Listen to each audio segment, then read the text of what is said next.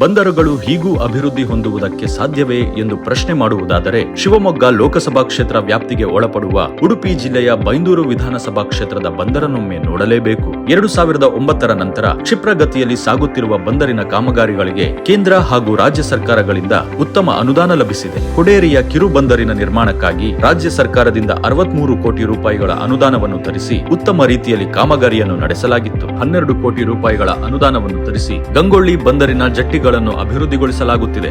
ಗಂಗೊಳ್ಳಿಯ coastal ಬರ್ತ್ ನಿರ್ಮಾಣಕ್ಕಾಗಿ ಕೇಂದ್ರ ಸರ್ಕಾರದಿಂದ 96 ಕೋಟಿ ರೂಪಾಯಿಗಳ ಅನುದಾನವನ್ನು ಮಂಜೂರು ಮಾಡಿಸಲಾಗಿದೆ. ಗಂಗೊಳ್ಳಿ ಬಂದರಿನ ಆಧುನೀಕರಣಕ್ಕಾಗಿ 22 ಕೋಟಿ ರೂಪಾಯಿ ಅನುದಾನ ಮಂಜೂರು ಮಾಡಿಸಲಾಗಿದೆ.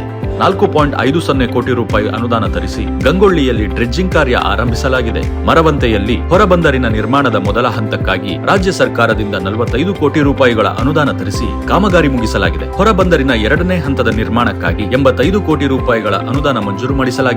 ಹೊರದೇಶಗಳಿಗೆ ಮೀನುಗಾರಿಕಾ ಉತ್ಪನ್ನಗಳು, ಮಲೆನಾಡು ಹಾಗೂ ಕರಾವಳಿ ಭಾಗದ ಕಾಳುಮೆಣಸು, ಅಡಿಕೆ ಹಾಗೂ ಇನ್ನಿತರ ರೈತರ ಕೃಷಿ ಉತ್ಪನ್ನಗಳು ರಫ್ತು ಮಾಡಲು ಕೇಂದ್ರ ಸರ್ಕಾರದಿಂದ 228 ಕೋಟಿ ರೂಪಾಯಿಗಳ ಅನುದಾನ ತರಿಸಿ ಬಂದರನ್ನು ನಿರ್ಮಿಸಲು ಪ್ರಯತ್ನಿಸಲಾಗುತ್ತಿದೆ. ಮುಂಬರುವ ದಿನಗಳಲ್ಲಿ ಬಂದರುಗಳ ಅಭಿವೃದ್ಧಿ ಕಾರ್ಯಗಳು ಇನ್ನೂ ಹೆಚ್ಚಿನ ಪ್ರಮಾಣದಲ್ಲಿ ನಡೆಯಲಿದ್ದು ಅನುದಾನವೂ ಹೆಚ್ಚಿನ ಪ್ರಮಾಣದಲ್ಲಿ ಬರುವ ನಿರೀಕ್ಷೆ ಇದೆ. ಇದರಿಂದ ಉದ್ಯೋಗ ಸೃಷ್ಟಿಯಾಗುವ ಸಾಧ್ಯತೆಗಳು ಜಾಸ್ತಿ ಇದೆ.